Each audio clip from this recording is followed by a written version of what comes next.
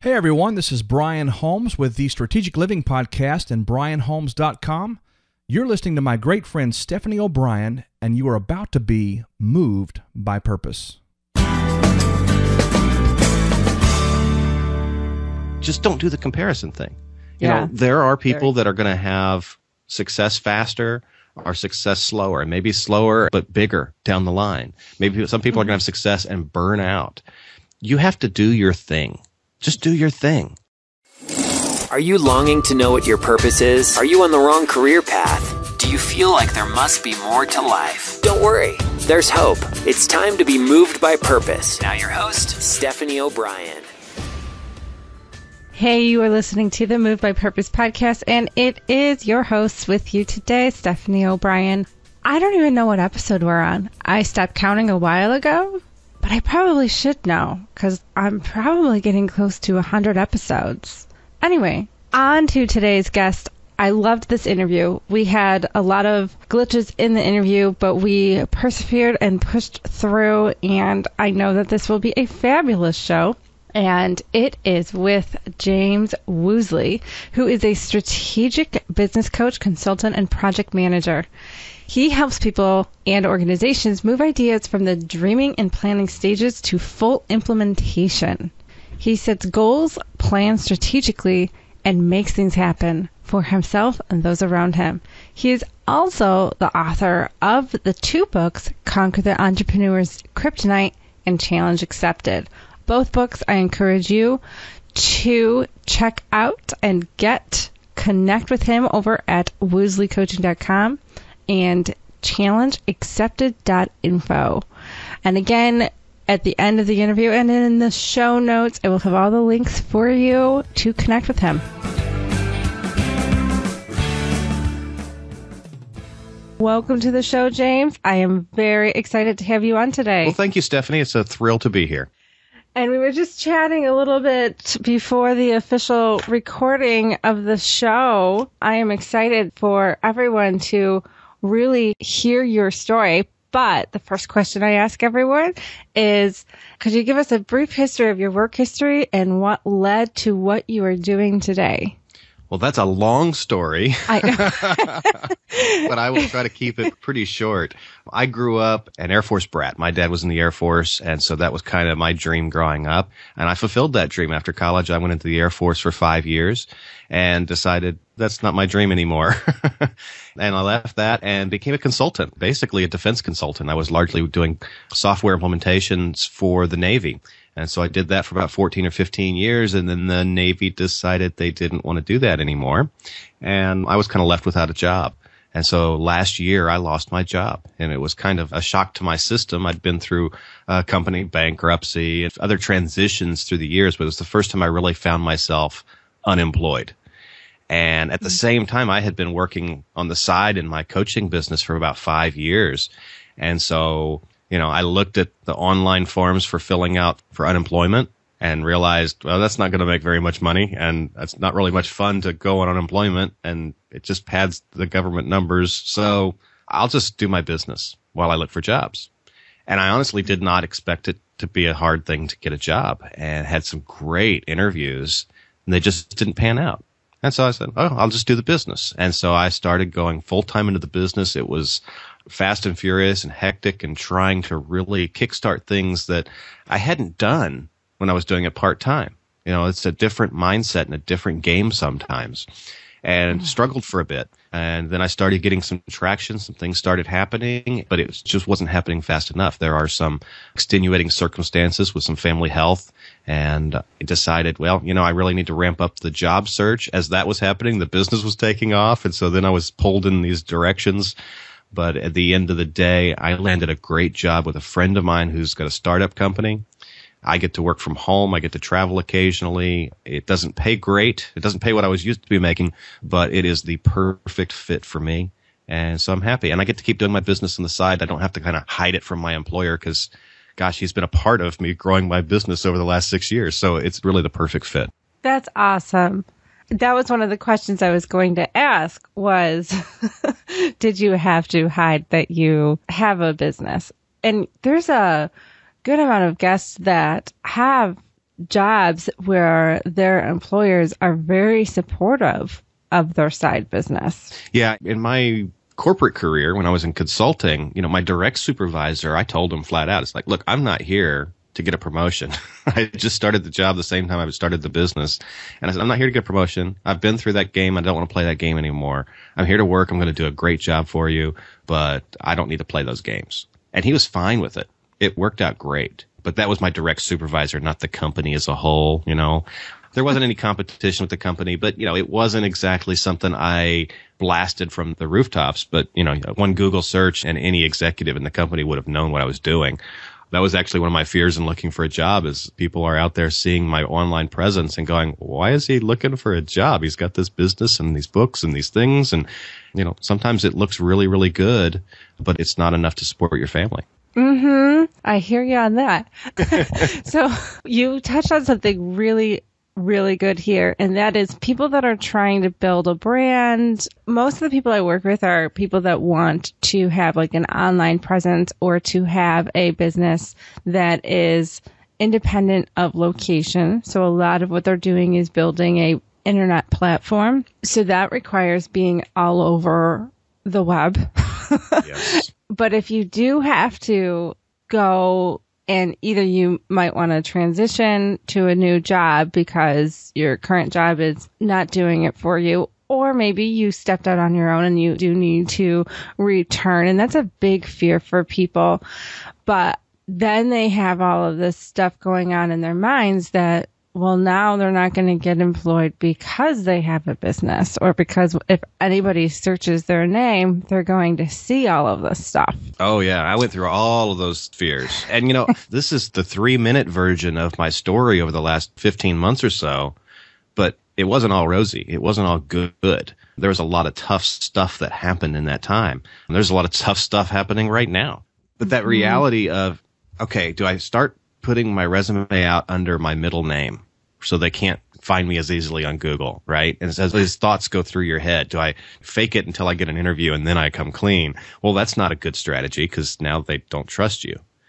So I just went with the strategy of, you know what? I'm going to be myself. It's out there. If I get a chance to talk to them, if I get to that interview process, it makes sense. I'm going to be a better employee because I have a business mindset, because I know what it takes to be successful in business, even if I haven't reached my level of need of success. I'm going to bring something to the table, and I want that kind of employer. I want to work for somebody who appreciates what I bring to the table, even if it's outside the box a little bit, even if it's a different perspective. I don't want to be a drone in a business. I want to be a contributing player. And yeah, I might only be there a couple of years because I've got other aspirations. But guess what? It's going to be a whole lot cheaper to hire me as an employee for a couple of years than it is full-time as a consultant or a coach, as an independent. So everybody wins if the mindsets align. If the mindsets don't align, or they're scared or miserable or fearful of even hiring you. So sometimes you just have to go for it and deal with it.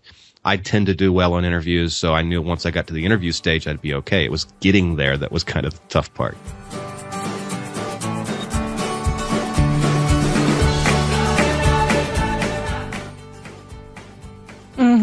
So getting a job after stepping out on your own, I mean, this is something that a lot of people deal with. And okay, so you and I both know that starting a business is not a small feat. Nope. And that it takes a lot of persistence, perseverance, hard work, and things don't always work out. But then there's the looking for a full-time job. And I don't want to scare anybody, because you will be successful if you're in this position and you're listening. You will find it. But there's people that either think it's going to be a piece of cake, or they think that they don't know how to navigate it and they won't know how to be successful with a job search. Because we hear things like a job search is a selling process, and what you do to get clients is what you can do to get a job. What is your take on that, or what is your experience with the job search process? Wow, there's so much in that. Sorry. Well, let's just think. I'll think back to my experience, right? Because first, let's think about it. It's a transition, and there's a lot of emotion. There's a lot of fear. There's a lot of failure recognition. There's a lot of just change that you go through. I did that when I left the Air Force. I felt like that was a divorce in my life because I was married to the Air Force. That was everything to me, and it didn't work out, and I had to leave. So it feels in my past like a divorce. I still love it, but I couldn't be there. And thankfully, I haven't had a divorce in my real life. I've been married almost 19 years. But I went through these transitions. So I went through the transition of being let go, not because of any performance issue, but simply because there wasn't a place for me and I was 1,000 miles from headquarters, and it's either move or there you go. So I went through that transition, and I went through the transition of, okay, I had a part-time business, and now I'm trying to do a real business, and it's summertime and my kids are home, and I realized I'd kind of been playing business for a long time. And whenever you really have to make the bucks, it changes your mindset. So I went through that. I went through the early stages before I lost my job, knowing that that was probably coming, of looking for jobs and getting interviews and doing well, but not getting the position. And then I went through the phase of, forget it. I'm not going to do that. I'm just going to do my business. And then I, get a few months later, it's like, I better get a job because my wife and kids like to eat and they like having healthcare and they need it. So at the end of it, it was like pulling teeth. I hate the job search process. I hate the application process. And I could tell you, not anymore from memory, but there were some companies it was really easy to apply with. You go to their website and there's a form and you fill it out and you're done. There was one, it took me 45 minutes to fill out the application and the pages didn't load properly and it was a pain in the butt. I'm like, do you want to hire? I mean, I get that you want to put some barriers in front so that you get people who persevere and all that, but do you want to hire anybody who's willing to just go through that slog of a mess of your website? And these were like outsourced, I won't name the company, but a lot of companies use this one company for their application processing, and it is horrendous. It's horrible because I saw it all over the place. So I had this mental block. I don't want a job. I don't want to have to get a job. I don't want to move. I don't want to do this. I don't want to do that. And I had this real anger about the whole process. And I'm searching online. I'm talking to people, and my network is not really coming through for me. After 15 years in consulting, I had a lot of contacts all over the place. Consulting world has changed a lot in that time, especially in the defense industry with government cutbacks and all kinds of different changes. So I had other friends who were looking as well. And I thought maybe networking is the best way normally that you get a job. And it didn't come through for me. And I was kind of disappointed and kind of frustrated at some of my friends, not badly because, I had tried through the years to help people and wasn't always successful. But there was just all of this swirl of emotion. And I would wake up angry most mornings because I want to do my business. I want to follow my passion. I know that this is what I'm supposed to be doing, but now I have to go get a job. And I'm getting little freelance gigs here and there. I'm doing some coaching. I'm doing this and that. And at that point, when I get those, I'm making more than I would make an entire month working at McDonald's. But I'm feeling this, maybe I should just go flip burgers kind of feeling. And then and my wife's definitely feeling like, just go get something. And I'm like, if I do this one thing that I enjoy, I get to stay home and I only have to work for a few hours and I make a month's worth of income working a junk job. And I'm saying that's a junk job for everybody. Everybody's got a different stepping stone and a different path. But for me, that was a big step down. And I just, pride comes into it. I wasn't willing, at that point. I was getting closer. As the days go on and the credit card balances go up and the debt, and the lack of income happens. I did a lot of stupid things along the process of doing this. At the end, I started getting some leads. Things started looking promising. And then all of a sudden, I got this contract. It turned into a full-time job. And then the dam broke open and I started getting contacted about all these great 6-figure jobs that I'd been looking for a year. But, when the dam breaks loose, finally, you get something and then everything else starts to turn around. It's weird that way. But yeah. I'm happy. I'm making less money, but I'm doing something I love. I'm working with people I know and I trust. And like I said, I don't have to hide what I'm doing. I can keep writing my books. I can keep coaching. I can keep freelancing and publishing for people or myself, or I can do anything I want as long as I get my job done. It's awesome. So, things work out. There's still a financial reality that I have to face, but it's a whole lot easier than it was before. And so you just keep going. But like I said before, following my purpose and my passion and doing the things that I love to do and the things I know I'm good at, I did that for 20 years. I've done that in the course of my time as an Air Force officer, as my time as a consultant, through teaching at my church, through this new job, through my business. That thread is there in everything I do because I can't not do it. It's what I do.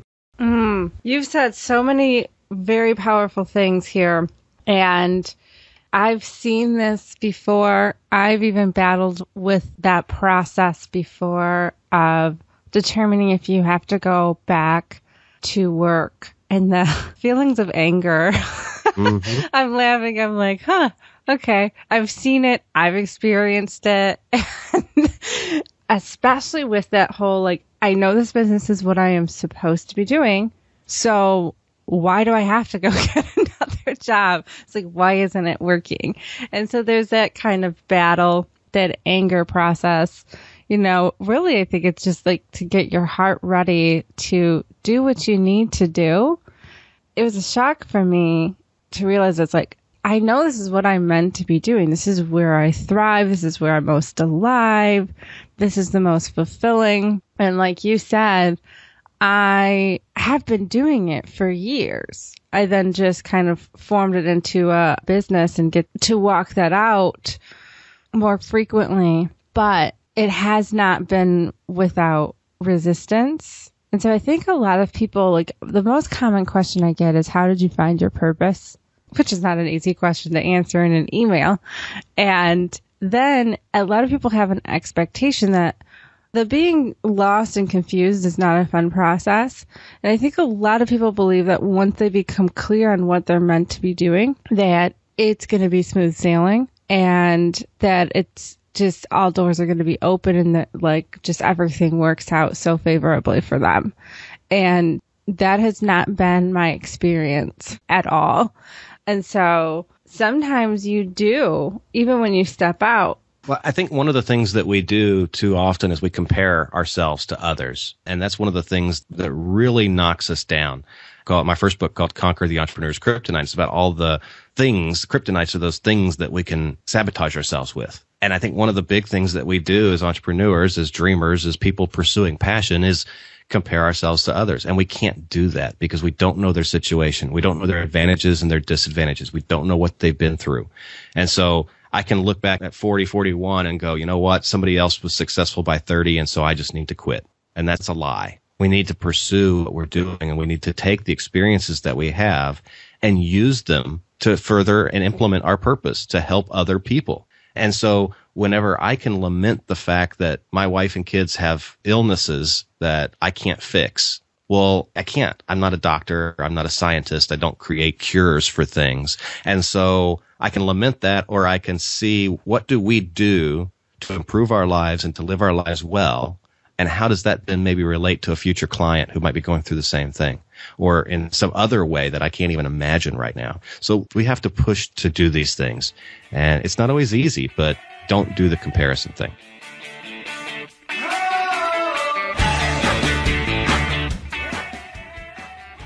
That's big. That's really big. Because, yeah, there's people that you see that rocket to success, and you can be like, what's wrong with me? Why are they seeing all the success? They just got into the game, and now, I've been doing this for X amount of years. They've been only doing it for 7 months, and they already have $1 million business. Well, or at least they say they do. Right? Mm-hmm. It's the internet. So I keep telling my son all the time, that friend on Xbox could be some fat guy that you don't know. So you don't worry about what they just said or how they beat you in that game. Just don't do the comparison thing. There are people that are going to have success faster or success slower, maybe slower but bigger down the line. Maybe some people are going to have success and burn out. You have to do your thing. Just do your thing. Bottom line. And don't worry about it. I mean, I do it? Sure, I do all the time. It's easy to look at somebody, and I have friends that are successful, and it's like, well, crud, if they can do it, I can do it because I'm way smarter and better looking than they are. But yet, they tapped into something that worked that I haven't tapped into or that I haven't addressed or dealt with in my business or my life. Or maybe God just has a different plan for me. So I struggle with that, and there are up days and down days, but the long path is the good path. And so that's what I'm trying to play now. Very good. I really like that. The long path is the good path. And yes, comparison, we just need to not do it. Easier stated than done. It's really for the best that we just focus on our own path and our own life and let God work out his plan for us and trust him in the process and to enjoy the process and enjoy your purpose. I really like that you said that earlier as well. Now, I understand you mentioned that you're a project manager. So I want to ask some things regarding, do you have that project management experience? And so I love that you have this, because one of the things that I struggled with and still have to get it together with is systems and organization. And this is important to have. I think this is a great skill to have, especially when you're building a side business around a full-time job. And then when you do that transition to do your work on your business full-time, there are things that need to be in place and in order. And for me, it was a huge shock to go from working for someone else to working for myself, because what I didn't realize was that when I was working for someone else, they already had their systems in place and they already had a structure and a method of doing things, and they were very organized and they just got things done. And then I had to learn how to get that all done on my own. Right. So, well, I think it's important first to say, yes, they had their systems in place, but they also had a bureaucracy in place. And one of the reasons that established businesses have trouble against upstarts is because upstarts have that flexibility. We're not stuck in old ways of doing things. We can see things in a different way. So that's a strategic advantage that we have as startups and as small entities. So own that. Awesome. Start with Excel. Start with QuickBooks. Start with the simplest tools you can and then grow into them. You will learn from going through the process of developing out those tools to what fits for you. And that leverages that strategic advantage that you have of being small, because you're implementing your way and your process and why that's good into all of your systems. But don't try to start with the holy grail of everything. Grow incrementally into stuff and then eventually move it to something bigger and something better as your business grows, as you need it, both in terms of your cost investment, but also, are you buying a Ferrari and driving at 15 miles an hour? Don't overbuild your systems and don't overuse tools. Use what you're actually going to get the most out of. It's going to be more efficient. And again, you're going to learn your systems and processes, and that's part of your strategic advantage. Remember, you've got that mobility as a small business. So you're investing in these tools and implementing them with your secret sauce, instead of letting those systems and tools dictate how you do business like everybody else. That's where you start to get an advantage. So grow small, grow slow, grow steady, but grow solid. Get a good foundation. Love it. Now, to someone who cringes at the thought of Excel or QuickBooks, you know, like someone that's not detailed oriented, and I mean, that's me. I'm like, I mean, I do them, but it is not my favorite thing to do. Would you say that the person needs to learn it as the business owner and to get over their dislike of it? Or would it be acceptable to have an assistant run those things and do those details? Well, I'm fine with outsourcing things and having assistants and having help and growing a team and all of that, but you're still the business owner, so you still have to have the comprehension of the end result, and you still got to drive the requirements. So, yeah, it's fine. Hire a bookkeeper if you don't like doing the books. And in fact, that's probably smart. But you've got to read the reports. You've got to understand what they say, and you've got to have that dialogue and that interaction with an assistant. You can't just put it on autopilot and say, do my money for me, please. That's danger stuff. So yeah. I mean, I'm an Excel nerd. I love doing that kind of stuff. I love systems and tools and building those things out, but that's not everybody. So focus on your core strength, get the other stuff in place somehow, but you've got to keep your fingers involved. You can't completely automate everything. You're the business owner. Large case, you're the secret sauce. So make sure that you're still injected into everything that's going on at the appropriate level. Yes. Yes. Not too much, not too little. Goldilocks. Yes. Okay, well, I have had a wonderful time chatting with you. You've mentioned 2 books, Challenge Accepted and Entrepreneur's Kryptonite, and all of those sound really fabulous. How could people pick those up and buy them or connect with you and learn more about you? Yeah, the easiest way is just go to woosleycoaching.com. There's all my links and everything there. I've got different websites for the books. But yeah, just woosleycoaching.com. And if you're missing something, if you don't see it, send me a note. I'm happy to chat with folks and share my experience. It's not a big deal at all. I'd love to hear from your audience. Yeah, and I really appreciate your transparency on this interview, because that you were able to just be as transparent and say, yes, I built this for 5 years, then got laid off, tried to build it up and wasn't able to do it in the time I needed to support my family. And I don't know a whole lot of people that are willing to admit that. So I really admire you for being that vulnerable and transparent, because I'm sure your truth and transparency is helping a lot of people right now. So I really appreciate that. Well, thank you. It's not fun to admit, but it is the truth, and it's part of the journey, and it's part of the story. Now, if I can drop a value bomb for your audience, we talked earlier about how the appearance of things is all clean and perfect and wonderful and all that. Well, we have been interrupted because of Skype problems like 6 or 7 times. Your editor is going to do an amazing job putting this all together. And by the time your audience listens to this, they'll think, wow, that was great. Everything worked so smoothly. Yeah, folks, there's duct tape holding this episode together, but it was fun. I hope that it helped your listeners and you, and I had a lot of fun doing it. So thank you so much, Stephanie. Yes. Thank you again, James, and have a wonderful day. You too. Thanks. Grow small, grow slow, grow steady, but grow solid. Get a good foundation.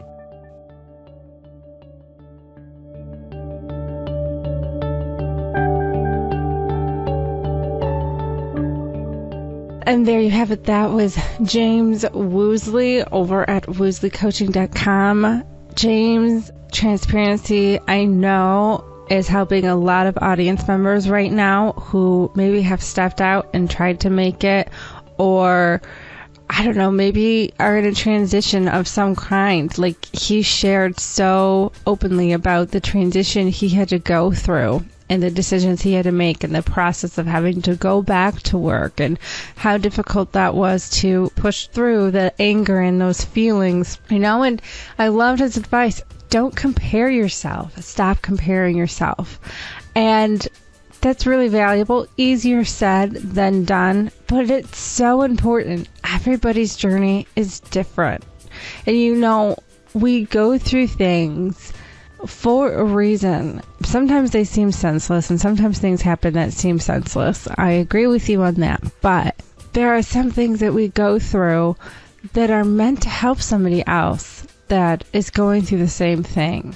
And I can't tell you how many times I've had that where I hated going through what I was going through at the time, but then I encounter someone else or a group of people or a number of people that seem to be struggling with the same thing I had gone through. And at that moment, I can help them and encourage them and say, you will get through this. This is how I got through this. And just come from a place of relating to them and knowing their pain and knowing how difficult it is. And then it becomes very